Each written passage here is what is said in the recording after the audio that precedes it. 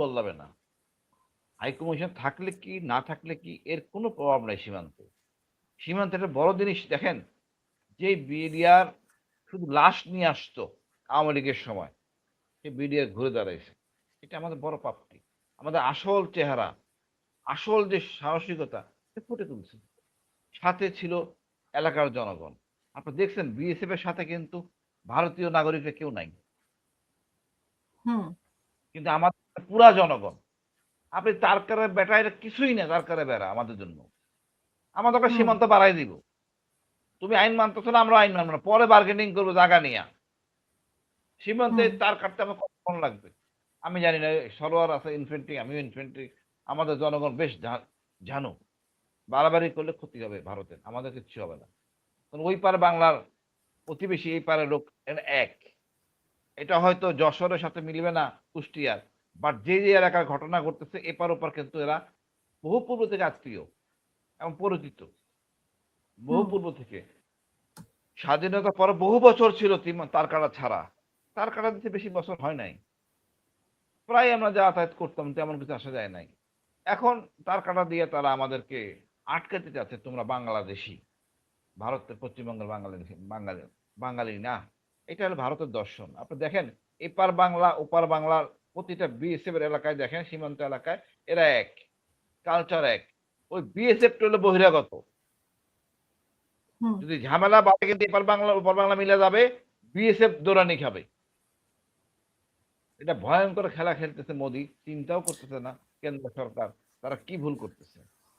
আচ্ছা কিন্তু আসি এখানে বলা আমাদের এই হচ্ছে যে বাংলাদেশী বাংলা ভাষায় যারা কথা বলতেছে তাদেরকে মানে ঠেলে পাঠাচ্ছে। তো সেখানে সবাই যে বাংলা ভাষী যারা তারা যে সবাই বাঙালি, বাংলাদেশী সেটাতে কিভাবে মানে প্রমাণ হচ্ছে? দেশ তো ভাগ হয়েছে পরে, বন্ধন তো অনেক আগের থেকে। কারো দাদা ওই পারে, দাদার কবর ওই পারে আছে, বড় দাদার কবর ওই পারে আছে, কারো পাকগারের উপর দিয়ে সীমান্ত গেছে। আপনি এই এই বন্ধনটা ছুটাবেন কেমনি? এই যে হুম। আমরা তথাকথিত বলি গরু চোর, আসলে গরু চোর কেউ না। এটা কেনাকাটা হয়, গোপনে নিয়ে আসে, কখনো বিএসএফ কমিশন না পেলে তারা গুলি করে, মূল জায়গা এইটা। আর আপনি এগুলি তার কাটা দিয়ে কিন্তু ওই সামাজিক বন্ধনটাকে বিভেদ করা যায় না, এরা মিলে যায়। এখন এটা বাড়াবাড়ি করলে তাই হবে, পশ্চিমবঙ্গ আমাদের হয়ে যাবে, কোনো হুম। সমস্যা নাই। এখন আমরা এমন এক কিন্তু জাতি। আমরা তো কথা বলতে পারি না।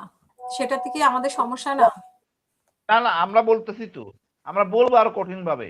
এই যে সবুর খান ছিলেন, যার জন্য খুলনা আজকে আমাদের সাথে, খুলনা সবুর খান, আমরা তো সবুর খানকে রাজাকার বানাই দিছি আমাদের চরিত্রে। আজকে আমরা গিয়েছিলাম আপা, আমাদের দলের পক্ষ থেকে নব সলিমুল্লাহ কবরস্থান। ওই এলাকার লোকজন জানে না সলিমুল্লাহ কবরস্থান কোন জায়গায়। খুব কষ্ট লাগে। এই ভদ্রলোক এই 1905 সাল থেকে কি কাজ করে নাই এই মুসলমান জাগরণ, বাংলাদেশি জাগরণের জন্য।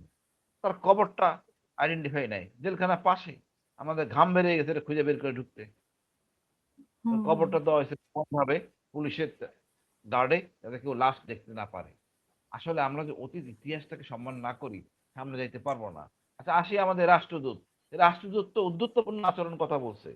দুই বাংলা এক হয়ে কাজ করবে মানে ওর সাথে আমার কি কাজ? ওর সাথে আমার কোনো কাজ নাই।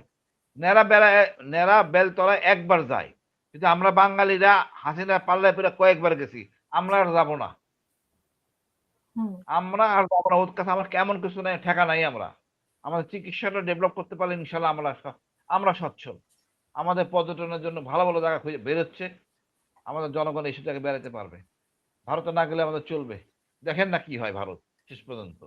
ওদের উপর আমাদের উপর পশ্চিমবাংলা, এই পশ্চিম বাংলায় আমাদেরকে দাবাইছে দীর্ঘ অনেক বছর। ইংরেজদের নাম দিছি আমরা, আসলে কে করছে আমাদের বিচার? এই হুম। পশ্চিমবাংলার হিন্দুরা। এরা বিচার করে আমাদেরকে পাঠাইছে ফরিদপুরের লোক,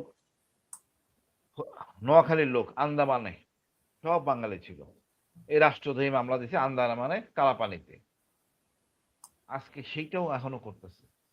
সেই নব সলিমুল্লাহ মারা গেছে, আর শেষে মারা গেল হাদি। এই আধিপত্য চলবে না।